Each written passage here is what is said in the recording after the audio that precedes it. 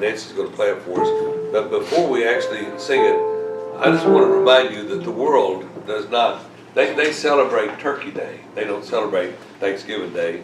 And the reason why is listed for us in Romans 1:21, where he said, because that when they knew God, they glorified him not as God, but exchanged the truth for a lie, and worshiped and served the creature, read the Creator, who is blessed forever. And they became vain in their imaginations, and their foolish heart was darkened because of this. And so one of the things that the world is missing is thankfulness, because their foolish hearts are darkened. They are not thankful. They think that the world owes it to them. I don't know if you watched any of the TV. I know most of y'all don't do what I do, but in the mornings I spend a time, I've recorded Fox News, and I spend a time watching as much as I can, as much as I can stand, by fast forward through commercials and things I'm not interested in.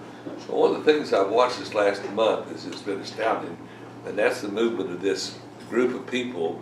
They're calling the immigrants that are moving in the caravan, that they're moving in on us, and that they're now in Tijuana. They claim around 3,000 of them, and Tijuana. Huh? Thank you. I'm glad I brought you tonight. 6,000. Anyway, in that group of people, I don't pay very close. You're paying better attention over there reading your Bible. I am watching the TV. Amazing. Anyway, these people are moving into Tijuana, and one of the men on there spoke English, and he was from Tijuana, and he said, "I have a house, and I have walls and doors and windows, and these people have invaded my house." And he wasn't talking about his physical home, he was talking about their country. He said, Donald Trump is right. These are not immigrants, they're an invasion. It's an invasion. And so I say that. Yeah, invaders. You watched it too, didn't you? No? Yeah, they are invaders. So what we have is a time of people coming that think we owe them something when we don't. And what we have is a situation that the world has reached the point that they believe that the world owes them. And that's not the truth. As believers, we do not believe God owes us anything. And I would say very carefully, and yet at the same time without any backing down from this, that every good and perfect gift comes from God. And by the way, everything we have in life is a gift, if we just understood it. So I just want to say to you that we ought to be thankful people, of all the people in the world. We ought to be thankful. So I want us to sing the first verse, and I'm going to point out some words after we sing it. So are you ready? I think so. All right. Listen to the first stanza. Come, ye thankful people, come, raise the song of harvest home. All is safely gathered in, ere the winter storms begin. Doth provide for our wants to be supplied. Come to God's own temple, come, raise a song of harvest home.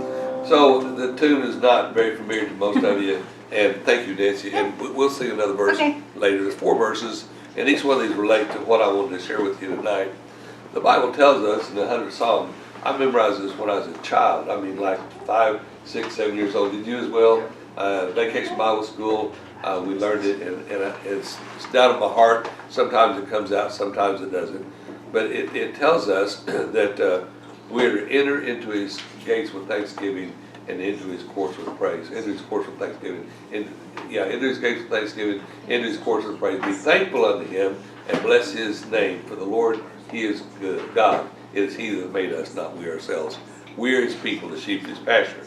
But I want to say that we are to enter into his gates with thanksgiving. I just shared before everybody got here with Derek that this morning while I was reading in the book of 1 Chronicles that the Levites, which by the way, the Levites were one of the tribes of Israel that did not have a place to live that was given to them. They had no land given to them.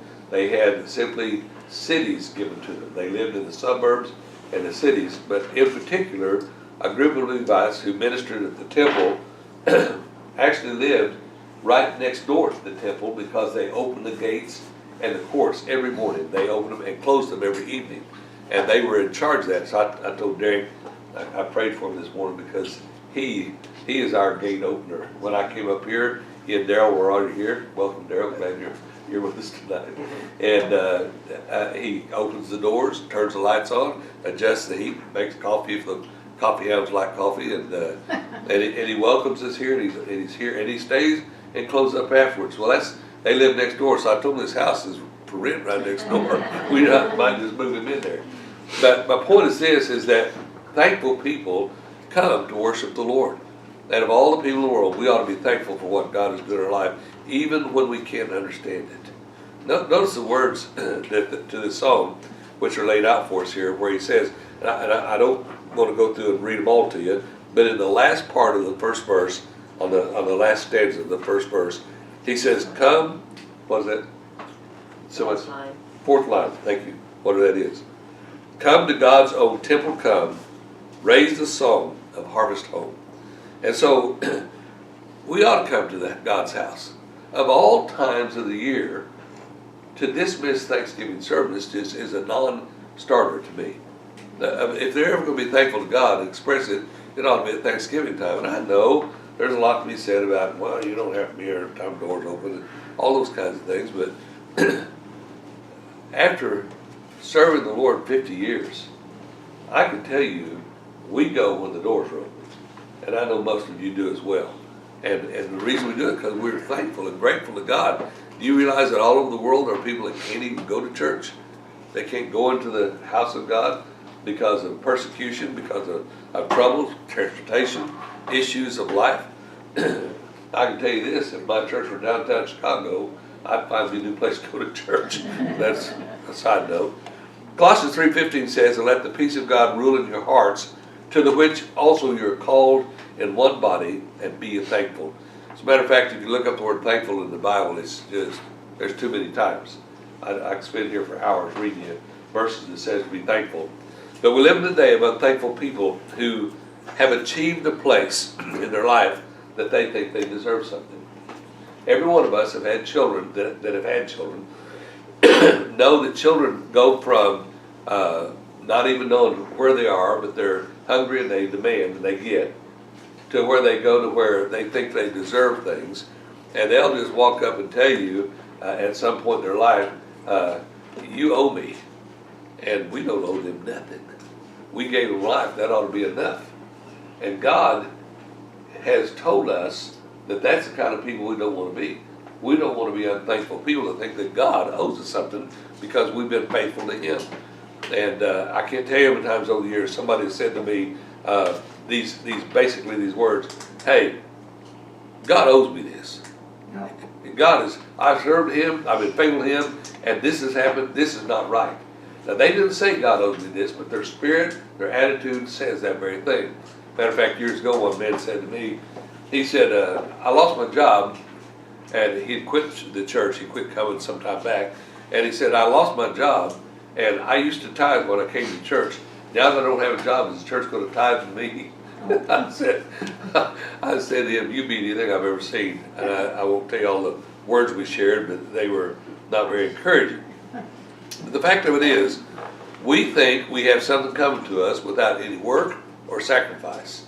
And if you don't know what sacrifice is, you need to learn what it is. Sacrifice is a truck driver getting up in the middle of the night to deliver the milk to the store, or sacrifice is getting up to open the store to have the heaters working and the lights on. Sacrifice is when you get out of bed, when everything inside of you wants to stay in bed, and you prepare a meal for your husband and your family. It's when you get around and you go to work. Those are sacrifices we make in order to provide for our family. Now we forget that we are not just to be provided for, but we're to provide. I'll deal with that a little closer in a moment.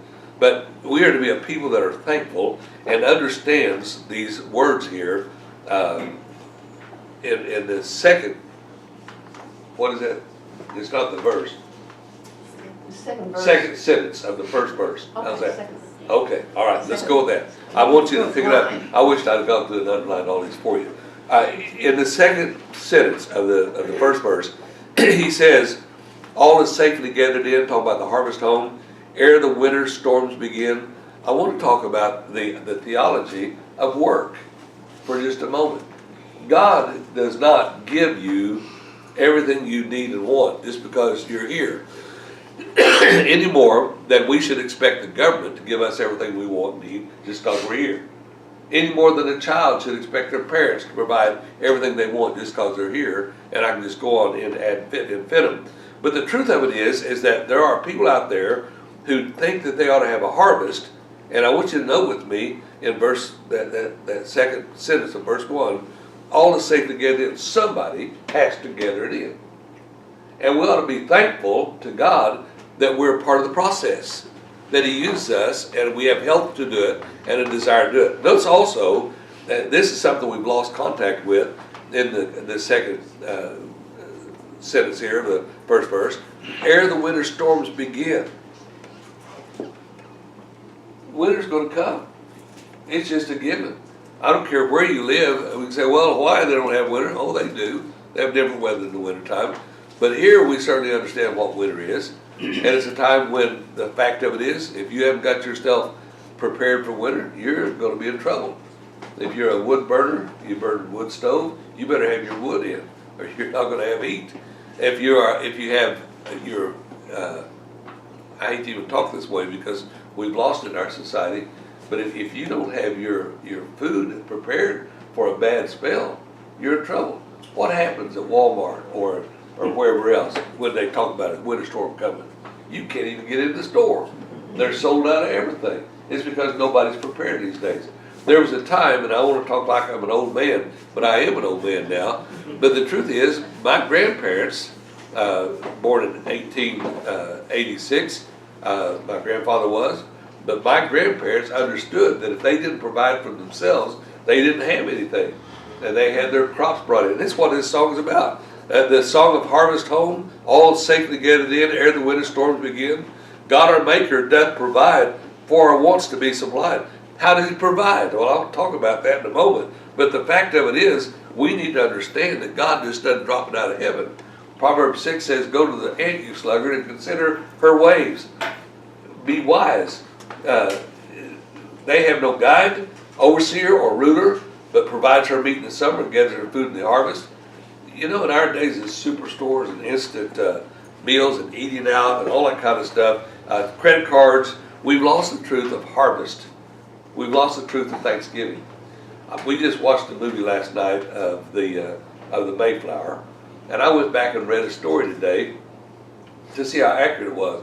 And I tell you, it was other than it was on target. It was right, exactly on target. It doesn't take long to read the story, but the truth is, when they came to America, they were taken the wrong place, not where they were supposed to be. Instead of being south, they were put up north of Plymouth Rock, as you know. And the first year, 52 of 105 people died in the first winter. They had 13 died in January and 17 died in February, and a total of 52 out of 105 people died. And if it had not been for the ship's captain having a change of heart and staying in the harbor and letting them stay on the ship while they went in and built their homes and so forth, they would not have survived the winter. But they had no food supplies. All they had was what they could hunt, and a lot of them died from malnutrition and from exposure. But my point is this: the following year, when the ship left and went back home, not one person went back to England with them. And they stayed, and they had built their houses, and they prepared their fields, and God sent a man named Squanto, who was an Indian, that showed them how to plant corn and how to hunt and to fish, and they survived. And the first Thanksgiving in November of 1621, they had, the people of the Mayflower had the first Thanksgiving service.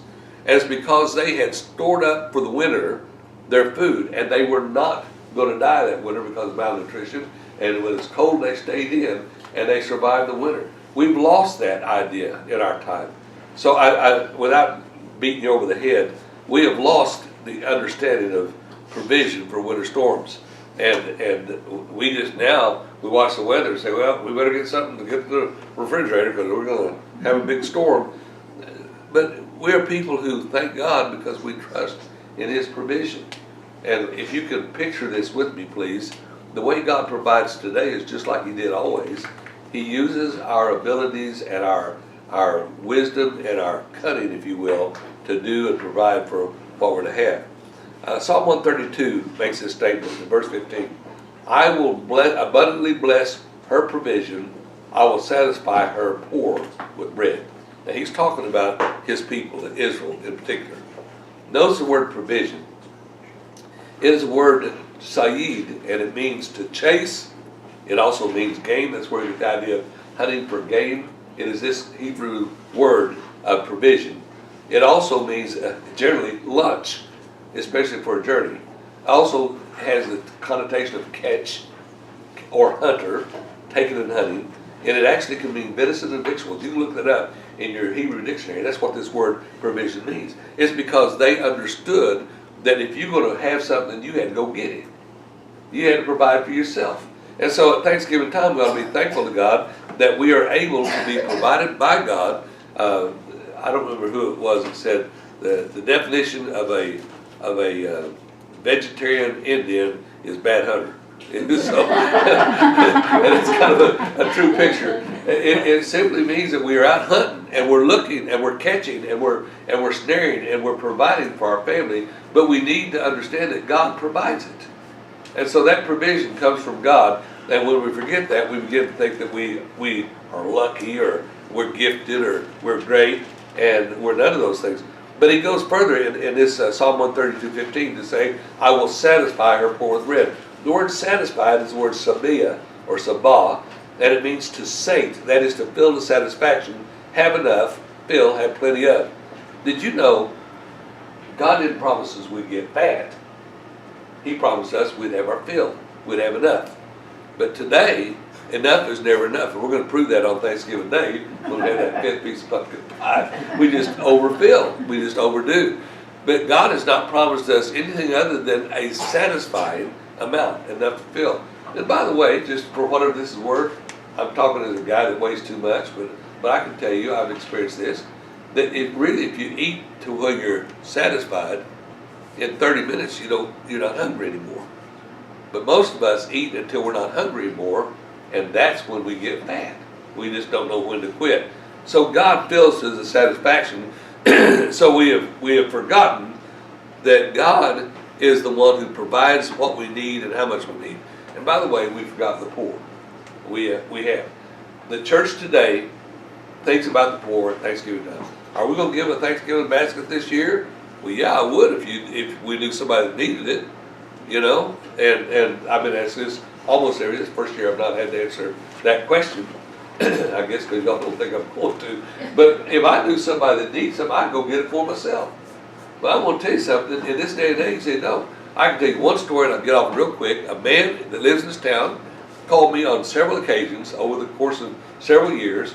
He was not a member of our church, but he came to our church some. And he would say to me, they brought me another Thanksgiving basket, and I don't have any use for it. Can I trade you for this? And since we were making baskets anyway, we bought dog food and cat food for his turkey. You know who I'm talking about, Mike? Yeah, that's him.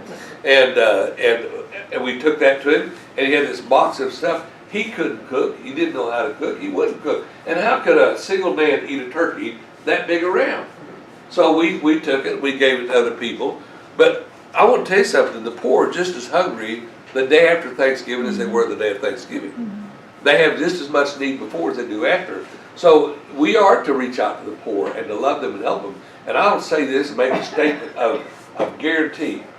If anyone in this church knows anyone that really needs something, we'll do our best to help meet that and help them through that time. But the church is at large thinks that because they give a Christmas box or a Thanksgiving box, they've done their work for the poor. But the Bible is very simple and very plain, where it tells us that pure religion and undefiled before God and the Father is this, that we visit the widows and orphans in their affliction, and we keep ourselves unspotted from the world. So we need to visit people. That means look over so as to inspect, to check them out. Do they have needs? Not just at Thanksgiving time or Christmas time, but all the time. So I say to you that the church are to care for these people. Acts chapter 6 tells us there were widows that had to have ministered the distribution. And I'll just lift up our only widow that we have of senior status, and of course a younger widow now back there. But I always say when we pick up Catherine, is there anything you want before we go home? She said, no, I think I've got enough. If you need anything, you call me and I'll come get you. Have I not said that many, many times? And it's not a threat or an idle threat, it's a truth. I mean, we're here to serve, are we not? And so it's not just you, it's anybody we know. And by the way, we don't want to be used, but we do want to serve. So we don't want to forget the poor. God has it. He said in His Word, I will satisfy the poor with bread. Psalm 132:15. God said, I will satisfy the poor with bread. He takes care of them. I don't want to run out of time. I said I was going to get us out early. I ain't going to make it. I talked with a man today. We were talking about being poor, and back in those days when we first started the ministry, and it was very, very interesting. He related an instance where he was invited to speak to a YMCA meeting, and he drove over 150 miles to get there. And when he got there, they said the weather was too bad. They dismissed it. That was before the days of cell phones and so forth. And he said, I was really counting on them giving me an honorarium to get back home because they didn't have any money for gas. And he said, I don't know what I'm going to do. And he said he was locked in. He was there. There's nobody there. And so he said, I just asked God to bless and take care of me. And he said, I was almost out of gas, and I went to a laundromat where it was warm, and I thought, well, I can stay the night here. And a guy walked in, and long story made short, he witnessed to him, shared Jesus with him. The guy said, I'm not saved, don't care to be saved. But he said, I like what you're doing. And he said, I believe in preachers. And he shook his hand, and in his hand was a $5 bill. That doesn't say anything to us today, but in 1963, $5 bought him a tank of gas that got him home. It bought him a piece of cherry pie to dip on his and a cup of coffee to carry with him on his way home. He had money in his pocket when he got home. Listen, God cares for the poor. He knows somewhere there. If He uses us, we're blessed to be used in it. And so I've been poor. I mean, I've been on the other side where I didn't have, I almost said it. Well, I'll say it. A pot of peanut, wouldn't throw it out. Didn't have it. We didn't have it. We were poor. It's Job's turkey, however poor that is. But I want to tell you something. God provided our needs. He always will. If you love Him and serve Him, He does that. So having said that, God doesn't forget us. And it's very interesting. This is interesting. When He says, I will provide bread for the poor, the word bread is the word lechem. It's the word for Bethlehem, lechem. Beth means house of, and lechem is bread. Lechem literally translates grain. It doesn't mean bread, it means the grain to make it. Now listen closely to what I'm telling you. When God promises to feed the poor, He says, I'll provide grain that you can plow the field, plant it, weed it, harvest it, grind it, mix it up, bake it, and then eat it. That's what God really says. I'm going to give you something just because you want it. I'm going to provide you the way to get it. And that's what God does. If you think that God's up there waiting, all you have to do is open your mouth and He'll fill it. Although it does say He does do that, and on occasions He does. Too many stories flying through my brain. Elijah, the ravens brought him food twice a day and fed him every day and took care of him. But the fact of it is, God expects us to work and to labor. And so when we read this song, come ye thankful people, come, raise the song of harvest home. All is safely gathered in, ere the winter storms begin. God our Maker doth provide, for our wants to be supplied. Come to God's own temple, come, raise the song of harvest home. That's what Thanksgiving is all about. God has been good to us this year, provided us labor and ways to make it, and He does. So, let me move on.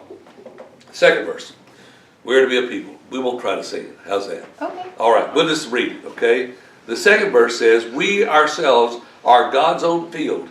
Which, by the way, I want you to see how God teaches theology in our songs. For the Lord our God shall come. Pardon me, on verse 3. Verse 2. We ourselves are God's own field, fruit unto His praise to yield. Wheat and tares together sown unto joy or sorrow grown. First the blade, and then the ear, then the full corn shall appear. Lord of harvest, grant that we wholesome grain and pure may be. Did you know, it's very interesting what God does here. He tells us that we're a people who are tuned to the harvest. Now listen to what I just said. If you're God's child, you are tuned not to what's going on around you, but to the end game, if you will.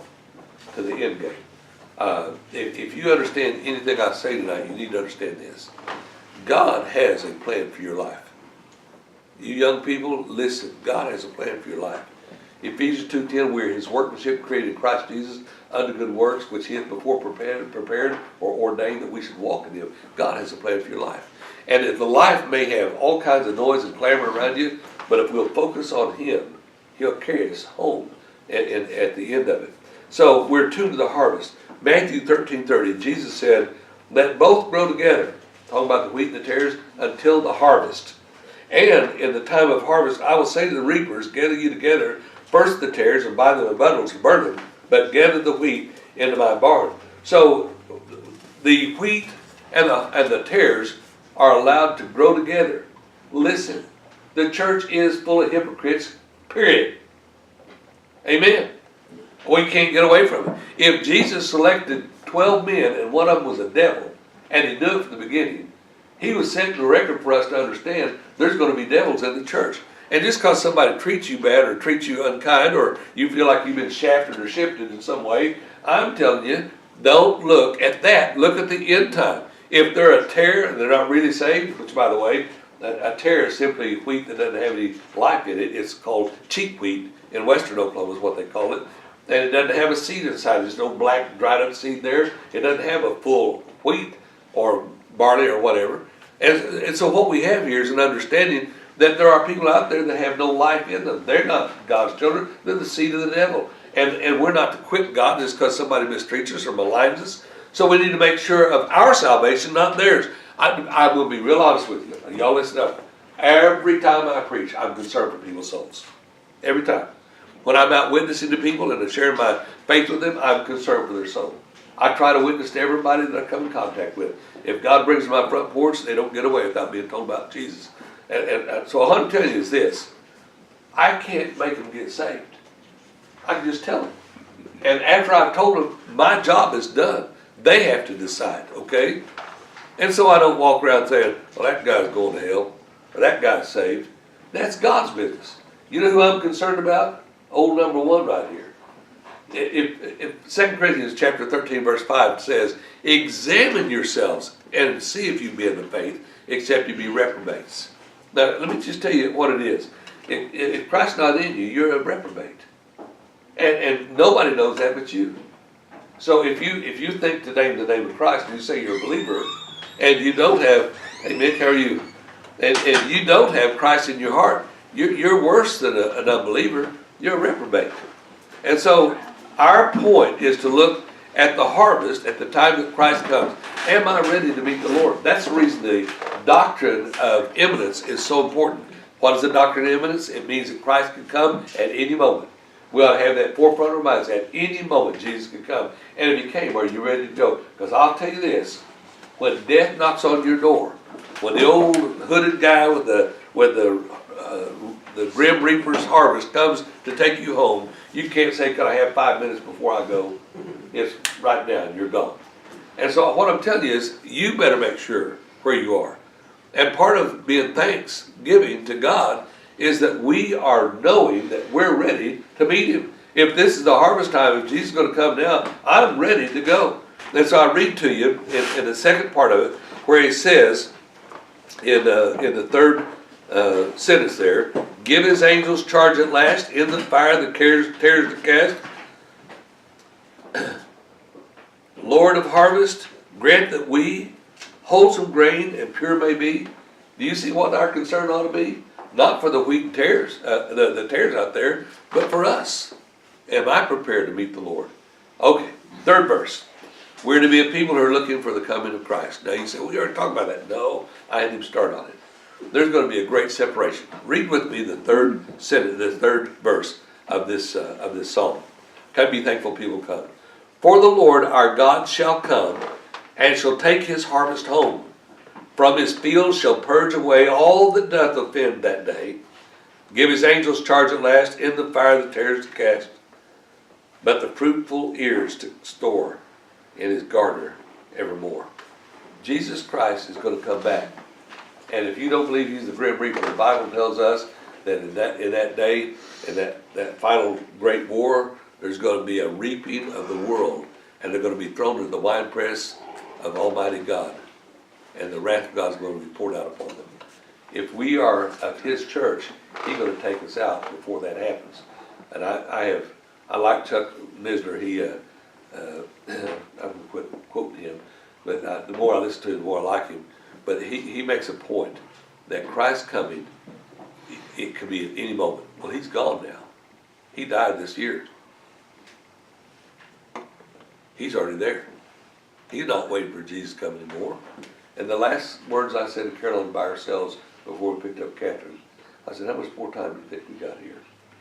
She said, I don't know. And I said, it doesn't help me any. We don't know. Nobody knows. Not much. It could be, it could be today.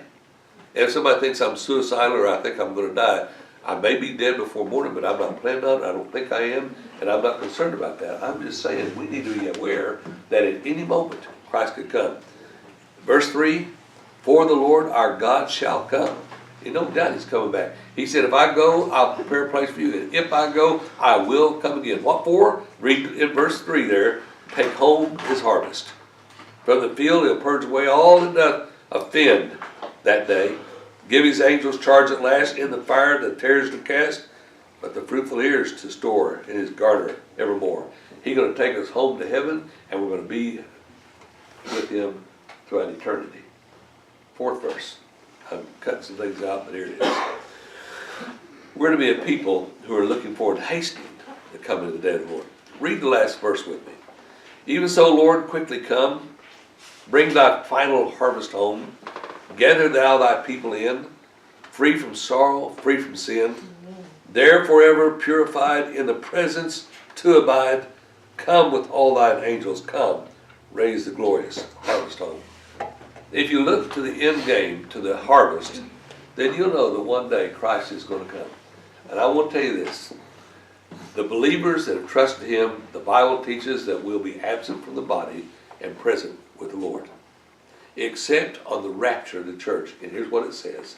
The dead in Christ shall rise first. It means that the bodies that are in the grave will be going up first and will be reunited with Christ in the air with their spirits that are with him now. Everyone that's died in Christ are with him now.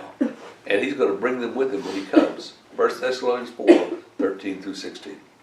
And we which are alive and remain at his coming shall not precede them, but will be caught up together with him in the Lord, in the air, to meet the Lord, and so ever will be with him. The rapture of the church is what our interest is in, because it's the harvest. I'm doing good, Mike. I'm doing good. I used to work the harvest. I worked it for, I guess, 3 years there at Arapahoe, and it was the most amazing time for me. My first year, all I did was sit in the wheat truck and wait for them to bring the wheat and dump it in the truck, and then I'd drive it to the elevator, grain elevator, and I would pull up and I'd raise my dump truck up, and it would dump down in there and just fill it up, and then I'd go back and get some more. That's all I did that first year until the harvest was over, and then I plowed. But during that time I was waiting for them to fill my truck up, I got to take my Bible with me and read and studied. And I was just shocked how much God taught me, and how I didn't even know it at the time. It was later that I saw how God was teaching me about the harvest and about his coming and his taking us home. And that it's a picture. We are his people. He's going to take us home, there's no doubt. We're looking forward and hastening the day of the coming of God. We are. And how do I know that? Because if you have your heart and mind on God in these days, you're thinking about his coming at any time. You're ready to meet him. And by the way, I might just say, even so, the last verse, the first sentence, even so, Lord, quickly come. Bring thy final harvest home. There is a final harvest. I believe it is imminent. I think it could happen anytime. I really believe in these days it's harder for someone to be saved than it's ever been, because the door is shutting. had a lot of conversation with a lot of people and a lot of disagreement. But I'm gonna tell you something, if I understand the Bible correctly, the door is shutting on the opportunity of salvation. There's a number of Gentiles gonna come in, and I believe that number is almost full. And Jesus said in Luke 21:23 that he would come back at the end of the fullness of the Gentiles come in. That's when he's gonna come back. And Paul said the same thing in Romans chapter 11 when he said, until the fullness of the Gentiles be come in. There's a number, God knows it, and one of these days that number's gonna be filled, and I don't know who's gonna be last, but I can tell you, I'm glad I'm in the number, amen. So he makes this statement in the second sentence of the 4th verse, gather thou people in, free from sorrow, free from sin. Okay, I'm a sinner, there's no doubt. I know to do right, and I can't do it. I still mess up. And don't raise your hand, please. Don't raise your hand. But I'm certain I've offended some of you in the last 6 months. Don't raise your hand. I'm a sinner, and I try not to do wrong and to be right with God. But when I go to heaven with Jesus, I'll be free from sin. And I'll be in a church up there that is absolutely pure, without any other sinners with it. And I'll be able to let them know my heart, and they'll let me know theirs. Free from sorrow, free from sin, there forever purified. Never again have to be forgiven for my sin. Never again have to wonder about, is the Lord displeased with me? Thy presence to abide, always in the presence of God our Savior. Come, with all your angels come, raise the glorious harvest home. I believe that we're almost there, and I'm thankful for that. We live in a time, God is so good to us, it's unreal. And we forget, and we think that we have it coming. But I'm telling you folks, it can all change right now. It can all change. And if you listen to the naysayers out there today, it looks like it could happen before the weekend's up. And I'll leave it with that. God is good. He's even better than those who know He is. And I'm thankful for Him. How about you? Well, has anybody got anything you'd like to share tonight? Anybody thankful for something special that you'd like to tell us about? Or maybe you'd just like to say, I need the Lord, and it's time for me to fess up and be saved.